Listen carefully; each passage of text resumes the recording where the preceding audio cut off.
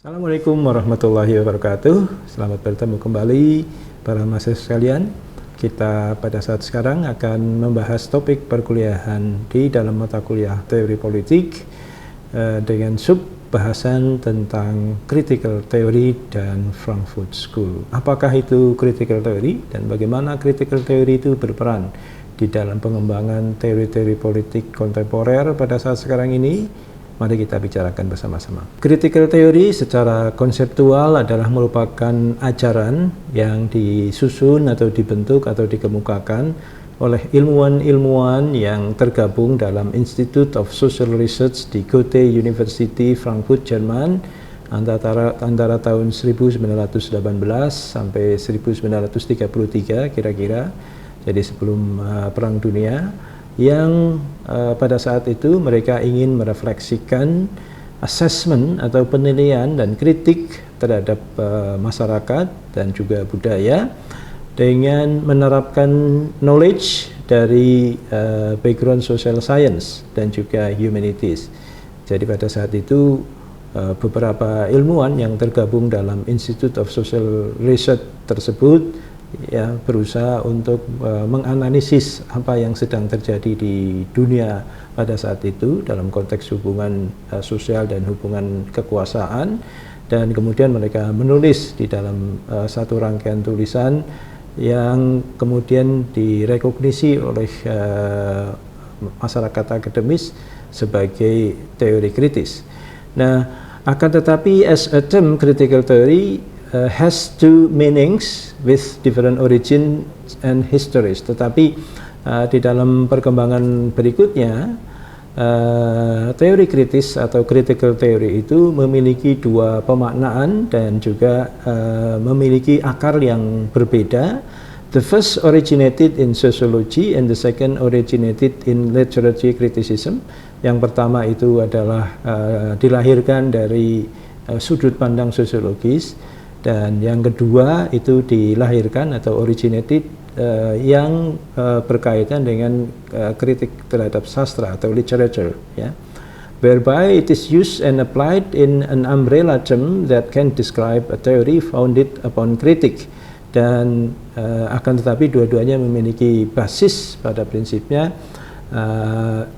yang berkaitan teori berbasis kepada kritik tentang sesuatu, ya, dan memiliki tujuan untuk to liberate human beings from circumstances that enslave them. Ini dikemukakan oleh pendiri dari salah satu pendiri dari Institute of Social Research, Max Horkheimer, yang menyatakan bahwa tujuan dari teori kritis itu adalah untuk membebaskan manusia dari cara pandang mereka selama ini yang memperbudak pemikiran mereka karena indoktrinasi yang sifatnya kaku. Nah, kemudian tentu saja di abad-abad berikutnya teori kritis ini mencakup area yang sangat luas dan juga bervariasi sudut pandang yang dipakai oleh para pengikut teori kritis ini. Nah, dengan demikian secara definisi tidak ada definisi tunggal, tidak ada definisi yang pasti secara literal tentang apa itu teori kritis, ya. Dan secara konsepsional, teori sosial lainnya juga sebenarnya kritis terhadap fenomena sosial yang terjadi. Akan tetapi mungkin nanti kita akan bisa menemukan sudut pandang tertentu dari para ilmuwan teori kritis ini yang berbeda dengan cara pendekatan dari ilmuwan sosial lainnya. Nah, teori kritis ini menawarkan pendekatan multidisciplinary approach dalam melihat fenomena sosial yang dapat berubah, tetapi juga sebenarnya ketika para ilmuwan teori kritis itu melakukan analisis, mereka mendasarkan diri pada pemikiran Marx dan juga Hegel, khususnya tentang materialisme. Jadi kita harus ingat bahwa di abad 19, abad 20, Eropa pada saat itu sedang berkembang konsepsi tentang materialisme dan rasionalisme. Materialisme itu adalah faham yang pada intinya mengajarkan seluruh persoalan kehidupan sosial, kehidupan manusia itu harus atau bisa diselesaikan dari sudut pandang materialisme. Segala sesuatu itu harus bisa dibuktikan secara materi, bisa dilihat, bisa dirasakan, bisa diraba, dan seterusnya. yang itu kemudian membawa alam pikiran manusia untuk menghindari imaterialisme di dalam menjawab berbagai macam persoalan sosial atau juga sains. Ya, misalnya, kenapa orang menjadi sakit? Kenapa ada orang yang sakit? Kalau menurut pendekatan imaterial, bisa jadi jawabannya adalah karena mungkin dia hari lahirnya sial mungkin, ya, atau dia melakukan perbuatan sesuatu sehingga dia terkena musibah dan seterusnya. Sedangkan kalau pendekatan materialisme itu melihat bahwa orang sakit, ya tentu ada penyebab berkaitan dengan misalnya virus atau bakteri atau juga mungkin kecelakaan fisik dan seterusnya, sehingga mereka sampai kepada situasi yang seperti mereka alami. Nah, pendekatan materialisme ini nanti akan membawa konsekuensi berikutnya, yaitu pendekatan rasionalisme yang pada intinya mengajarkan bahwa segala sesuatu di dunia ini harus bisa dijawab secara rasional. Mengapa ada orang miskin misalnya, mengapa ada produk tidak laku, mengapa ada kemacetan lalu lintas, itu harus bisa dijawab secara rasional, tidak boleh dijawab secara abstrak atau secara spiritual atau secara imaterial yang tidak bisa dibuktikan secara saintifik. Nah, pemikiran dari teori kritis itu berbasis pada filosofi materialisme dan juga rasionalisme tersebut. Di dalam perkembangannya, teori kritis ini mencakup pemikiran agar manusia menjalankan analisis mendalam. Jadi mereka harus melakukan pengamatan, observasi, penelitian, eksperimentasi, dan seterusnya, serta juga komprehensif terhadap semua fenomena dan informasi yang diterima. Jadi manusia sebelum mereka memutuskan satu kesimpulan tertentu atas suatu kejadian dan perkara, mereka harus melakukan kajian secara mendalam dan komprehensif. Lalu baru kemudian mereka bisa melakukan abstraksi mengapa dan bagaimana suatu hal itu bisa dijelaskan dan dideskripsikan atau dijawab. Nah, secara praktikal sebenarnya teori kritis ini bisa dilihat ya dengan cara manusia dalam kurun waktu kesejarahan mereka itu melakukan berbagai macam inovasi dan pembaharuan terus-menerus, perbaikan terus-menerus di dalam berbagai macam dimensi hasil kajian atau juga hasil produk inovasi. Seperti hanya ini, manusia itu menciptakan evolusi teknologi komunikasi berupa telepon dari yang sifatnya manual, ya, kemudian masuk kepada versi mobile. Dulu telepon itu kan statis, ya, berada di pojok ruangan, tidak bisa dibawa kemana-mana karena kabelnya harus terhubung secara permanen di situ. Tapi kemudian manusia bisa menciptakan wireless, bisa menciptakan telepon yang mobile. Mobile kemudian bisa dipakai tidak hanya untuk bicara, tetapi juga mengirimkan teks, ya, mengirimkan SMS. Lalu tidak hanya mengirimkan SMS, manusia bisa mulai mengirimkan gambar di dalam telepon tersebut, ya, walaupun pada awalnya masih hitam putih, ya. Lalu kemudian muncul lagi teknologi berikutnya, handphone bisa mengirim dan menerima gambar yang berwarna.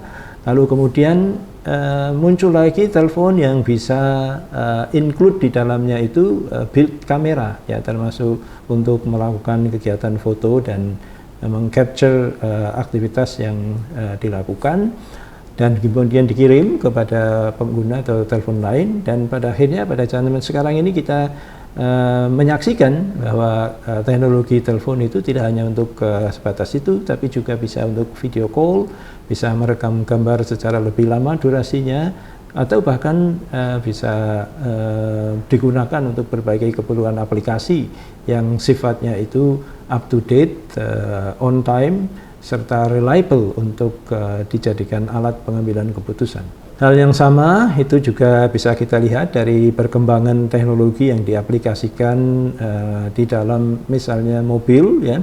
Kita mengetahui pada tahun 1900-an awal, ya, mobil masih sangat sederhana dengan kekuatan juga sangat sederhana, ya.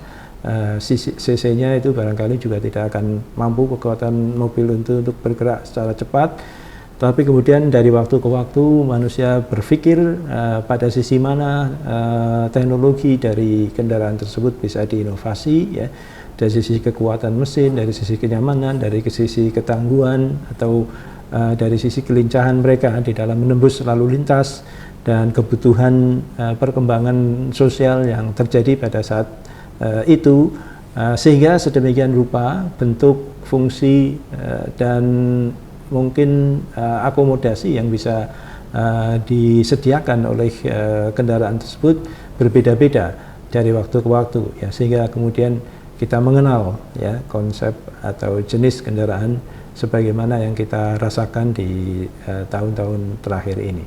Critical thinking atau aplikasi critical thinking itu juga berlaku di semua disiplin ilmu pada prinsipnya, walaupun tidak harus merefer kepada teori kritis, tetapi pada prinsipnya konteks cara manusia itu memperbarui kehidupan mereka, memperbaiki kehidupan mereka dengan teknologi dan seterusnya, itu bisa diterapkan di semua disiplin ilmu. Misalnya di dalam teori tata kota, itu di abad 19, abad 20, abad 21, atau bahkan setiap dekade itu ada emphasize tertentu, ya. Misalnya kalau di pertengahan abad 19, control the city layout and public hygiene factors itu menjadi variabel utama bagi para ilmuwan di bidang tata kota. Lalu kemudian di akhir abad 19 itu emphasize-nya berubah menjadi design of the new city, the link between city and countryside, ya, bagaimana kota itu bisa terhubung dengan pedesaan secara lebih smooth.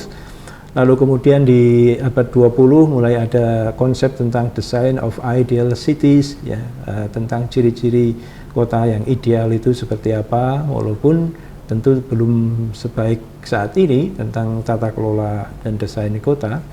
Di tahun 70-an itu ada containment of urban sprawl, land use changes, agriculture, forestry, and landscape. Mulai ada intervensi secara lebih holistik bahwa yang namanya kota itu tidak harus berupa blocking bangunan-bangunan, tapi mungkin juga di dalamnya ada fungsi-fungsi agriculture, forestry, kehutanan, dan juga landscape atau tempat kosong di mana manusia itu bisa berinteraksi. Di tahun 80-an mulai ada emphasize integration of environmental policy measures agar lebih sustainable, bagaimana menjaga habitat natural sungai, ya, walaupun sungai itu berada di dalam kota, tapi kejernihan dan juga habitat air yang ada di sungai itu, hal itu harus bisa dipertahankan atau diperbaiki. Lalu di tahun 90-an emphasize-nya adalah recovery of derelict landscapes, yang memperbarui bagaimana fungsi dan wujud dari landscape, ruang-ruang terbuka hijau dan seterusnya.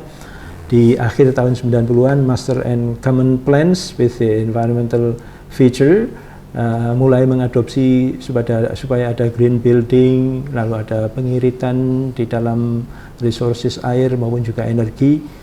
Kemudian di abad 21 master and common plans covering economic, social, and environmental spheres, dan ini berkembang lebih lanjut bagaimana supaya kota itu lebih sustainable di masa yang akan datang. Nah, itu adalah merupakan contoh bagaimana critical analysis dan critical thinking menyebabkan adanya perbaruan terus-menerus di dalam konteks teori tata kota. Dan tentu saja hal yang serupa terjadi pada disiplin ilmu yang lain. Nah, seperti yang tadi saya katakan, teori kritis itu akarnya diinisiasi oleh ilmuwan-ilmuwan yang tergabung di dalam Institute of Social Research tadi, dan berdasarkan kepada pendekatan yang sebenarnya berorientasi atau berdasar kepada ajaran Hegel dan Marx tentang materialisme dan rasionalisme. Titik utama dari kajian teori kritis itu pada awalnya mereka menganalisis mengapa teori Marx yang mengkonseptualkan bahwa akan terjadi revolusi buruh di Inggris itu tidak terjadi, ya. Jadi dalam tulisan Marx itu banyak menyebutkan tentang kemungkinan terjadinya revolusi buruh di Inggris, akan tetapi ternyata hal itu tidak terjadi. Nah, sehingga para pemikir di dalam himpunan teori kritis itu mencari tahu mengapa hal itu bisa terjadi. Ya. Padahal Marx itu mengkonsepkan secara jelas bahwa karena ada eksploitasi kapitalisme terhadap kaum buruh, buruh lama-lama bersatu dan mereka lebih knowledgeable. Dengan bersatunya kaum buruh yang banyak itu bisa menumbangkan atau bisa menimbulkan revolusi yang menumbangkan kapitalisme.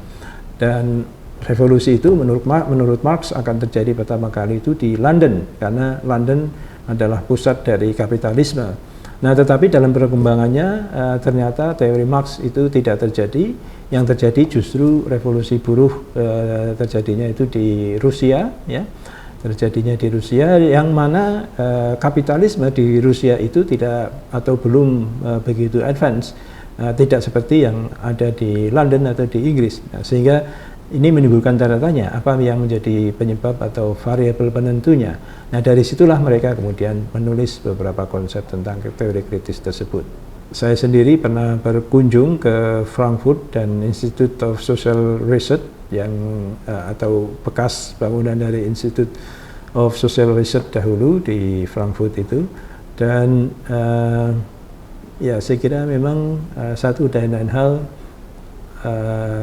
Frankfurt School ini menjadi term atau menjadi pusat ajaran yang cukup prominent, mempengaruhi pemikiran berbagai macam ilmuwan politik pemerintahan pada abad ke-20-21. Nah, tadi yang saya sebutkan salah satu tokoh yang banyak mempengaruhi berdirinya atau munculnya teori kritis itu adalah Hegel.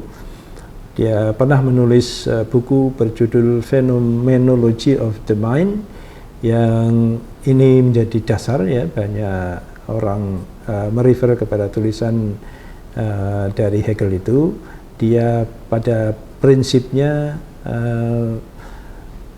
mengajarkan bahwa tadi cara berpikir manusia itu banyak didoktrin oleh ajaran-ajaran yang abstrak, ya, imaterial atau spiritual atau klinik atau doktrin yang bersifat monolitik dari para pengajar sebelumnya, dan menyebabkan mereka tidak mampu untuk berpikir di luar doktrin yang diajarkan itu. Lalu kemudian dia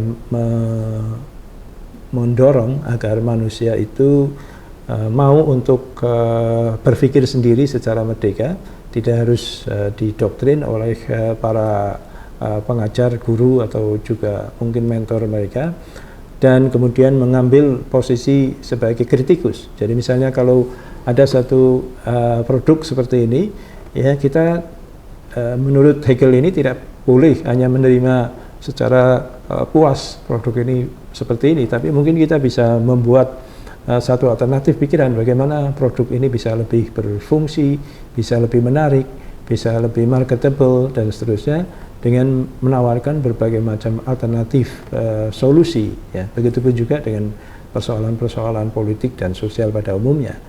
Itu adalah satu konsep yang kemudian menjadi dasar bagi para pemikir di Frankfurt School tersebut. Nah, kemudian di dalam Frankfurt School itu muncul tokoh-tokoh yang cukup berpengaruh. Ada Jürgen Habermas, Theodor Adorno, Herbert Marcuse, dan juga Max Horkheimer, yang nanti pemikiran-pemikirannya akan bisa kita diskusikan.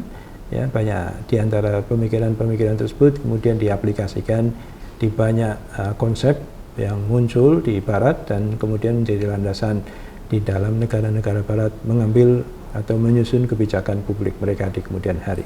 Marcuse ini misalnya membuat satu teori yang cukup fenomenal bernama One Dimensional Man, yang mana dia mengkritik cara berpikir manusia yang satu dan lain hal itu terlalu dipengaruhi oleh budaya kapitalisme, menyebabkan semua manusia untuk memiliki kecenderungan berkultur kapitalis walaupun mereka seorang buruh. Ya, nanti akan kita diskusikan konsep dari Herbert Marcuse tersebut. Tokoh yang lain yang berpengaruh adalah juga George Lucas, yang dia menulis buku tentang History and Class Consciousness, yang sama juga dengan Marcuse. Dia pada prinsipnya mengkritik, ya, dominasi budaya kapitalisme di dalam menentukan cara berpikir manusia. Jadi menurut dia sengsara tidaknya manusia kadang-kadang secara subjektif ditentukan oleh bagaimana kapitalisme mengajarkan mana yang baik dan mana yang buruk, mana yang menyenangkan, mana yang tidak, dan pada akhirnya didikte manusia itu di dalam satu circumstances yang membuat mereka tidak bisa merdeka. Tokoh lainnya adalah Max Horkheimer, sama juga dengan pemikir-pemikir yang lain. Dia pada prinsipnya menginginkan agar manusia ketika mengambil satu preposisi, mengambil satu pemikiran atau kesimpulan harus secara kapasitas itu bisa bersifat reflektif, berdasarkan pada kajian filosofis dan rigorous prosedur ya of individual sciences. Jadi orang itu harus punya pengetahuan yang luas terlebih dahulu ketika mereka akan mengkaji suatu persoalan, dan kemudian mengkajinya berdasarkan pendekatan interdisiplin, tidak dari satu disiplin aja, sehingga kemudian apa yang dihasilkan itu bersifat komprehensif. Tokoh yang lain juga, Theodor Adorno, mengajarkan kurang lebih sama, agar manusia itu selalu menempatkan kritik di depan sebelum membuat kesimpulan atau membuat satu rekognisi terhadap pemikiran orang lain. Ya, ada kemudian dari individual consciousness itu akan terbentuk critical social consciousness. Masyarakat secara umum menjadi masyarakat yang merdeka, tidak terdoktrin oleh satu pemikiran tunggal saja, tetapi mereka bisa saling melengkapi untuk mengkritisi satu persoalan dari berbagai macam dimensi, sains, dan juga pengalaman masa lalu, sehingga kemudian hasil dari secara kumulatif hasil dari pemikiran tersebut akan lebih sempurna dan menghasilkan satu jawaban yang tidak merugikan bagi keberlangsungan atau kepentingan masyarakat tersebut secara komunal. Nah, itu saya kira pengantar kuliah kita tentang teori kritis. Dalam pertemuan-pertemuan mendatang kita akan mendiskusikan secara lebih detail beberapa ajaran dari teori kritis tersebut dan aplikasinya di dalam konteks sosial dan politik dalam perkembangan kenegaraan dan pemerintahan atau politik di negara-negara maju maupun juga dunia pada umumnya. Sekian, sampai bertemu lain waktu. Assalamualaikum warahmatullahi wabarakatuh.